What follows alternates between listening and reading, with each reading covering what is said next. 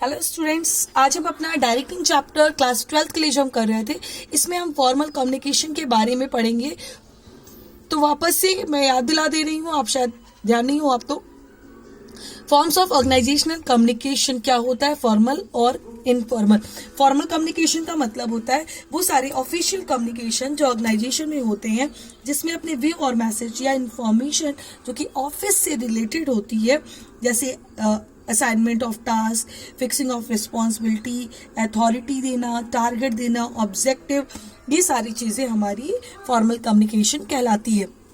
तो formal communication में देख लेते हैं। फॉर्मल कम्युनिकेशन में हमारे 3 टाइप से कम्युनिकेशन होते हैं। फर्स्ट होता है वर्टिकल कम्युनिकेशन। अब वर्टिकल कम्युनिकेशन 2 तरह का होता है। वर्टिकल का मतलब आइदर द डाउनवर्ड और द अपवर्ड। डाउनवर्ड मतलब टॉप लेवल मैनेजर ने वापस से एक हायरार्की जो हमने पहले से स्टार्टिंग से पढ़ रखी है। टॉप लेवल मैनेजर क्या करेगा, मिडिल लेवल को कुछ कम्युनिकेट करेगा, कम्युनिकेट करने के बाद मिडिल लेवल उसे लो लेवल में करेगा, लो लेवल अपने सबऑर्डिनेट्स को या फिर वर्कर्स को इन्फॉर्मेशन देगा। तो वो हमारी हो गई डाउनवर्ड कम्युनिकेशन। अपवर्ड का मतलब जब वर्कर के थ्रू या फिर लो लेवल मैनेजर्स के थ्रू कुछ ऐसी प्रॉब्लम्स ऑर्गेनाइजेशन में क्रिएट हो रही है जो उसे इन्हें टैकल करना है और उनसे नहीं हो पा रहा, तो वो अपनी इन्फॉर्मेशन, वो कम्युनिकेशन डायरेक्टली करते हैं। यानी कि लो लेवल मैनेजर्स अपनी प्रॉब्लम मिडिल लेवल को बताएगा, अगर मिडिल लेवल से सॉर्ट आउट हो सकती है तो वो सॉल्व करेगा, अदरवाइज अपनी कम्युनिकेशन किससे कर देगा, टॉप लेवल मैनेजर से कंप्लीट कर देगा। तो ये हमारा वर्टिकल कम्युनिकेशन में आ गया, जो हमारी डाउनवर्ड और अपवर्ड होती है। सेकेंड होता है हमारा हॉरिजेंटल कम्युनिकेशन। हॉरिजेंटल कम्युनिकेशन का मतलब होता है सिंपली कम्युनिकेशन, कि हमारे जैसे एग्जाम्पल के लिए प्रोडक्शन मैनेजर हो गए, इन्होंने परचेज मैनेजर से कम्युनिकेशन कर लिया, यानी सेम लेवल ऑफ मैनेजर में जब कम्युनिकेशन हो जाए तो वो हमारा हॉरिजेंटल कम्युनिकेशन कहलाता है। ये वर्टिकली रन करता है और ये कैसे रन कर रहा है, हॉरिजेंटली रन कर रहा है, तो इसलिए इसे हॉरिजेंटल कम्युनिकेशन कहते हैं। फिर थर्ड होता है हमारा डायगोनल कम्युनिकेशन। डायगोनल कम्युनिकेशन का मतलब होता है जब इंफॉर्मेशन पास आउट करने के लिए, इंफॉर्मेशन पास करने के लिए हम अपने डिपार्टमेंट के अलावा दूसरे डिपार्टमेंट्स में वर्क करने लग जाए, तो वो हमारी डायगोनल कम्युनिकेशन होता है। जैसे एग्जांपल के लिए प्रोडक्शन मैनेजर का डिपार्टमेंट अलग है, सेल्स मैनेजर का डिपार्टमेंट अलग है, बट अगर मार्केट में प्रोडक्ट से रिगार्डिंग कोई ऐसी इंफॉर्मेशन है जिसे प्रोडक्शन मैनेजर को अच्छे से पता होनी चाहिए, तो sales manager directly production manager को कम्युनिकेट कर सकता है। वो हमारा डायगोनल कम्युनिकेशन कहलाता है, कि जो भी नीड है as per the need of the organisation हम कम्युनिकेशन कर ले। कम्युनिकेशन के लिए अगर आपको याद होगा, प्रिंसिपल ऑफ मैनेजमेंट में हमने एक स्केलर चेन भी पढ़ रखा है, और स्केलर चेन का मतलब होता है एक प्रॉपर वे यूज करना, बट कभी कभी हम इसमें गैंग प्लैंक भी यूज करते हैं। तो गैंग प्लैंक को आप समझ सकते हो, एक तरह से डायगोनल कम्युनिकेशन होता है कि ड्यू टू इमरजेंसी हमने इंफॉर्मेशन दोनों लेवल में पहुंचा दी, मतलब या सेम लेवल जिसमें जरूरत है हमने वहां पे इंफॉर्मेशन पास आउट कर दी, तो वो हमारा डायगोनल कम्युनिकेशन होता है। तो इन कम्युनिकेशन को फॉलो करने के लिए कुछ कॉमन नेटवर्क्स बनाए गए हैं फॉर्मल कम्युनिकेशन के लिए, जो हम देख लेते हैं एग्जाम में, क्योंकि इसी में से पूछा जाता है क्वेश्चन। सबसे पहला होता है व्हील पैटर्न। व्हील पैटर्न क्या है, कि हमारा एक पर्सन है और वहां पर सारे लोग खड़े हैं, उसने इन्फॉर्मेशन पास आउट कर दिया, तो ये हमारा व्हील पैटर्न हो गया। यानी ए ने इन्फॉर्मेशन ए को भी दे दी, एफ को भी दे दी, एच को भी दे दी, जी को भी दे दी, तो वो हमारा व्हील पैटर्न कहलाया। सेकेंड है चेन पैटर्न। चेन पैटर्न का मतलब एक लिंक से जुड़ते जाना। ए ने इन्फॉर्मेशन दिया बी को, बी ने दिया सी को, सी ने दिया डी को, और आगे ये इन्फॉर्मेशन भी पास होती चली जाएगी।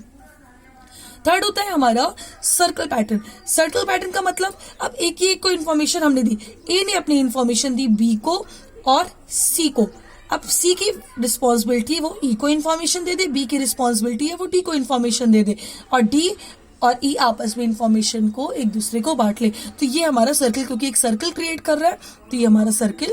देखिए इस वाले और इस वाले में कंफ्यूज मत होना। ए वाले प्रोसेस में फर्स्ट व्हील पैटर्न में होता है एक इन्फॉर्मेशन, ए ने ही इन्फॉर्मेशन चारों को दी है। सर्कल पैटर्न ने ए में इन्फॉर्मेशन बी और सी को प्रोवाइड की है, बी और सी ने इन्फॉर्मेशन डी और ई को प्रोवाइड की है। फिर नेक्स्ट है हमारा ऑल सोर्स चैनल पैटर्न। अब देखो यहाँ पर क्या है, ऑल सोर्स में इन्हें इन्फॉर्मेशन दी बी को और ई को, बी ने इन्फॉर्मेशन डी को दे दी, ई को दे दी, या सी ने इन्फॉर्मेशन बी को दे दी, डी को दे दी, ई को दे दी, तो ये किसी भी तरीके से रन कर सकता है, वो हमारा ऑल सोर्सेस चैनल पैटर्न कहलाता है, जो कि स्टार के शेप में होता है। अब इसके बाद एक और इंपॉर्टेंट है जो 1 मार्क्स के क्वेश्चन में पूछा जाता है, वो होता है हमारा inverted we inverted we communication. Inverted we communication का देखो ये एक डायग्राम बना हुआ है, इन्वर्टेड बी कम्युनिकेशन का मतलब होता है कि जब हम अपने, जैसे ये टॉप लेवल मैनेजर है हमारा, ये मिडिल लेवल मैनेजर है, ठीक है, तो हम ड्यू टू इमरजेंसी ए के पास ना जाके डायरेक्टली बी के पास यानी middle level manager, sorry top level manager से डायरेक्टली कम्युनिकेट कर ले, वो हमारा कहलाता है इन्वर्टेड बी। वापस से बोल रही हूँ कि इस नेटवर्क में सबऑर्डिनेट को अलाउ होता है कि वो अपने इमीडिएट सुपीरियर और सुपीरियर से सुपीरियर को भी कम्युनिकेट कर सकता है। जैसे एग्जांपल इसी में फिर से दिखा दे रही हूँ, बी के पास बी सबऑर्डिनेट है और ए हमारा क्या है, उससे ऊपर का मैनेजर है, तो सी ने इंफॉर्मेशन बी के पास दी, डी के पास दी, लेकिन अगर नीड है, उसको लगता है बी से नहीं हो पा रहा है, तो वो डायरेक्टली ए से कम्युनिकेट कर सकता है। ये हमारा इन्वर्टेड वी कहलाता है। तो स्टूडेंट्स, ये हमारी हो गई फॉर्मल कम्युनिकेशन। अब हम आगे बात करते हैं चैनल्स के बाद। अब हमारी नेक्स्ट है इनफॉर्मल कम्युनिकेशन।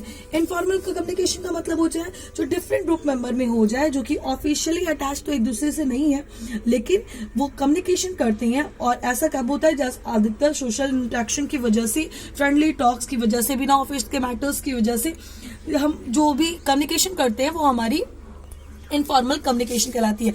इसमें भी कुछ सिंपली कॉमन नेटवर्क्स बताए गए, जैसे फर्स्ट है गॉसिप। गॉसिप का मतलब सभी को पता है। गॉसिप का मतलब एक लोगों ने एक को बताई, दो को बताई, तीन को बता दी, आपस में कानाफूसी होते होते बात आगे चलेगी। फिर सेकंड होता है हमारा क्लस्टर।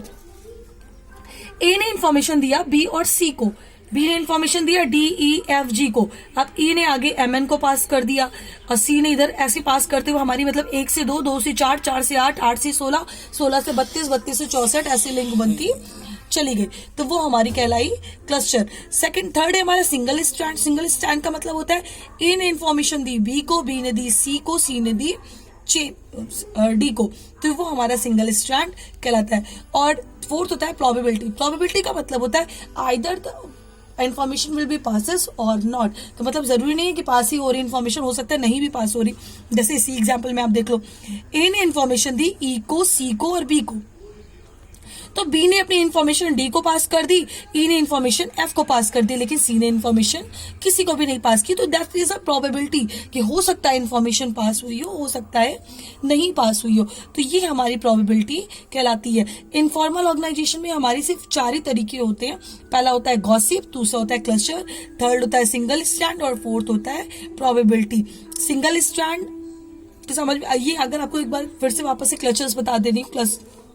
इसका मतलब होता है ए ने इंफॉर्मेशन दी सी और बी को, 2 के पास किया, 2 ने इंफॉर्मेशन 2 से 3 को पास किया, 3 ने फिर वापस से 6 को पास किया, 6 ने उसको आगे से 12 कर दिया, 12 ने 24 कर दिया, 24 ने 48 कर दिया, 48 ने आगे ऐसे फॉर, वो हमारा होगा। गॉसिप का मतलब कानाफूसी होकर सारी जगह बात करी। तो स्टूडेंट ये हो गई हमारी इनफॉर्मल कम्युनिकेशन। अब आगे हमारा बैरियर्स है, जो उसके बाद हम पढ़ेंगे। Okay, thank you class.